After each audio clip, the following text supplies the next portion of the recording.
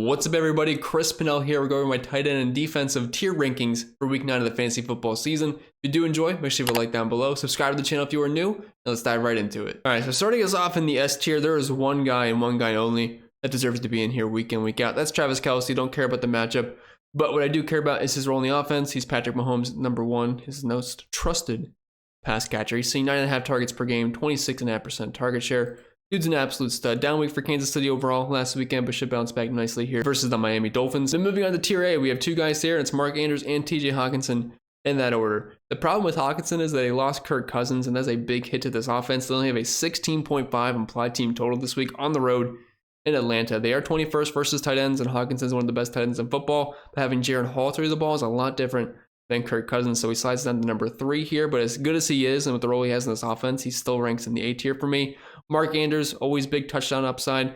Matchup versus Seattle is so-so. They're middle of the road versus tight ends, but a high 24-point implied team total, and he's Lamar's number 1 option with a 23% target share on the season. Well, I guess he's actually number 2, technically, because Zay Flowers is now at a 27% target share, but I still trust Mark Andrews more than anybody else in this offense. Moving down to our B tier, we have Dalton Kincaid and Dallas Goedert. Not necessarily in that order, but they're very similar to me. Kincaid, with Dawson Knox out, he is the clear-cut tight end 1 in this offense, and he has shown it the prior 2 weeks. He's heavily involved, and he's gotten to the end zone. It's a really good matchup for Kincaid versus the Bengals. They're currently allowing 16.1 points per game, which is the most of any team versus tight end, so he's in a really good spot here in prime time. And then Dallas Goedert, he's just one of the best offenses in football. He has a consistent role, seeing 6 targets per game and an 18.8% target share. And Jalen Hurts has been on fire through the air this season, completing nearly 70% of his passes and throwing the ball nearly at 270 passing yards per game. So Dallas Goedert still firmly in that top 5 group at tight end, especially this week because we do have a couple of bye weeks with George Kittle and Evan Ingram being out. Moving on to our C tier guys, you're just starting because they're bodies and they run routes and they see targets and they're in decent offenses. David Njoku, pretty solid game last week versus the Arizona Cardinals. You were quite pleased with his production. Deshaun Watson might be coming back this week. We just got an alert that he did end up practicing on Wednesday. And while in spurts this year with Deshaun Watson, we haven't seen it be too pretty. If he is going to be fully healthy, which I know he's done with the shoulder issue, it's a really good matchup versus the Arizona Cardinals. So hopefully we can have some good times here for David Njoku once again. 22.5 implied team total for the Browns, 41 yards per game, 5.5 targets, 16.9% target share. Cardinals have been kind of stingy versus Titans this year, but I'm not going to care too much. Taysom Hill, so he's not your typical tight end, but he's a little bit of everything, which, as bad as the tight end position is in fantasy football, I think he at least deserves to be in the top 10 consideration because he does a little bit of everything, and that gives you opportunity to score. And for some reason, the Saints love him, so, I mean, you just kind of accept it at this point. Last week versus the Indianapolis Colts, he had 2 passes, 1 completion for 44 yards, 9 carries for 63 yards, 2 rushing touchdowns, had a rushing touchdown in week 7, and 12 fantasy points in week 6. These are elite level tight end numbers. I'm not saying he's doing it as a typical tight end where he's going out there and catching passes, which we have seen this season. I think he's averaging around 2 targets per game. But if you can give me a tight end that has potential for goal line carries and runs the ball 5+ times, I mean, I will take it. So Taysom Hill, I do think he is startable in this matchup. I do like it versus the Bears as they're one of the worst defenses in football. Then we have Jake Ferguson of the Dallas Cowboys. I had him as my start of the week last week. Ended up going quite nicely versus the Los Angeles Rams. Got into the end zone, I believe 4 catches for 44 yards. Last time I looked, pretty sure that's what it was. Don't have it right in front of my face at the moment. But I was saying week 6, he only had 1 target in that game, and it was an overall clunker. But he had 94% route participation. And if you're a tight end and you're running that many routes, at some point production will be there. And we saw it last week versus the Rams.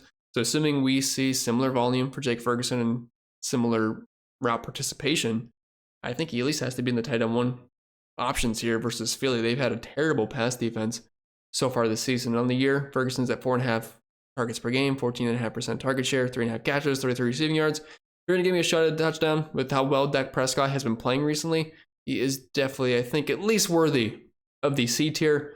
And rounding out this range, we have Dalton Schultz, who's still in a Cowboys uniform on here, but he now plays for Houston. He sees 5 targets per game, 17.5% target share. But what I do like is he's been into the end zone quite often, 0.43 receiving touchdowns per game. Matchup versus New England, I mean, it is what it is. It's not great. It's not terrible either. They're ranking 14th versus tight end, so pretty much middle of the road. Then our D tier here, we have Kyle Pitts leading us off. And I'm going to be honest, I'm not 100% sure this is Kyle Pitts' headshot. The Falcons don't use him enough to let me know what he actually looks like, so that's just a bold assumption right there. But they are making a quarterback change this week. So Taylor Heineke is going to be under center. Is that good? Is that bad? I'm not sure it's going to make a ton of difference. I know Desmond Ridder sucks for one, so I think it's got to at least go up from here. Hopefully we can get some more involvement for Kyle Pitts. We know the talent is there. And he's got a 32% market share of the team's air yards this season, 8 out of 12.2, just under a 20% target share and 5.5 targets per game. It's not equating to too much, but we know the upside is there. So he's going to lead off our D tier here. Honestly, could be in the C tier. Maybe I'm just being a little bit too harsh on him. Logan Thomas of the Washington Commanders. He's going to slide in right here as the number one tight end on this team. 0.43 receiving touchdowns per game, just under a 15% target share, 5.5 targets per game. Sam Howell has been playing some pretty good football. Not the greatest matchup in the world, but honestly, I don't care. If he runs routes and gets targets, that's good enough for me, especially with how thin the tight end position is. Trey McBride with no Zach Ertz. He looks like a stud out there. Tons of targets last week. Versus the Baltimore Ravens, got into the end zone. Massive game from Trey McBride. Tough matchup here versus the Browns. They're allowing 5.9 points per game to tight end position. 19 receiving yards to tight ends this year. 19. That is terrible. That is the fewest per game. So not the greatest matchup in the world, but again, volume and opportunity trumps all. So we can limp our way to 30 yards and 3 catches. I'm not going to complain too much. Darren Waller's a bit of a wild card. If he is good to go, he would probably be in that BC tier for me. But as of right now, I'm not sure if he's going to play, dealing with that hamstring issue. Does get Daniel Jones back, which I'm not sure is a good thing because he was not really having much production at all with Daniel Jones. So we're probably going to miss Tyrod Taylor. But if he's fully healthy, good to go, probably put him in that C tier for me because as of right now, it's a guessing game if he's going to play or not. Cole Kmet leading off our F tier. Still another week of teabag. And I mean, honestly, you can make a case for him in the D tier, but I got to differentiate these guys somehow. They're all pretty close, though, and everyone here is startable. 40 yards per game, 5.25 targets, 0.4 receiving touchdowns, 18% target share. I think I prefer him with Justin Fields, although I'm a little bit wishy-washy on that. Chig, I'm pretty sure this is Chig. He's the only tight end I know in a Titans uniform on here, so that's just an assumption. I'm pretty sure that's what he looks like. But 4 targets per game this year, 20 receiving yards, 17.5% target share. It's not pretty, but with Will Levis under center, hopefully that brings new life to this Titans offense. And it looks like it did for DeAndre Hopkins. Hopefully that can trickle down to Chig as well. And then Cade Otton here, who honestly, if you take a really quick flash at him from a side glance, it looks like Tom Brady.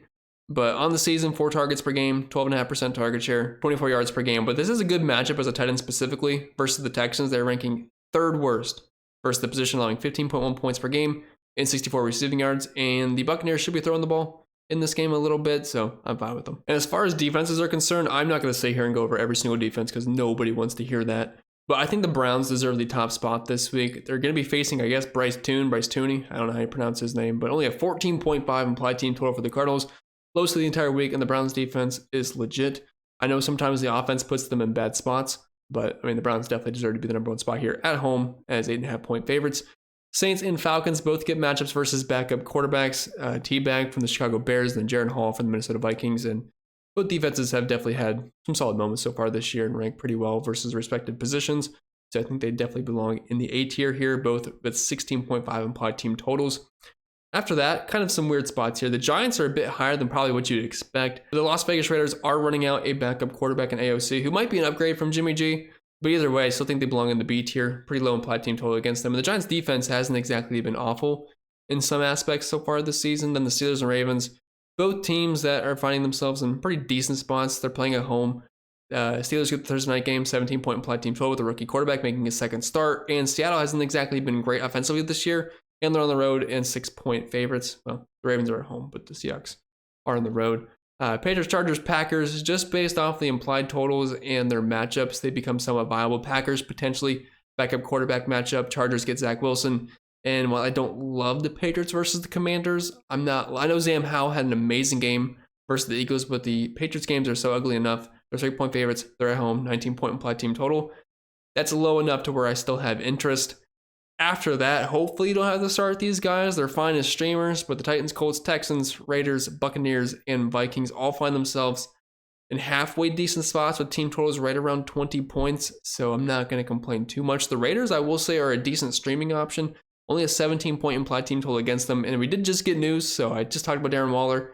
He's unlikely to play this week, so the only weapon left is pretty much Saquon Barkley, so I think the Raiders are fine as a streaming option. Hopefully Max Crosby can just get you a couple of sacks and we get a couple turnovers from Daniel Jones, which we've seen is quite possible so far this year.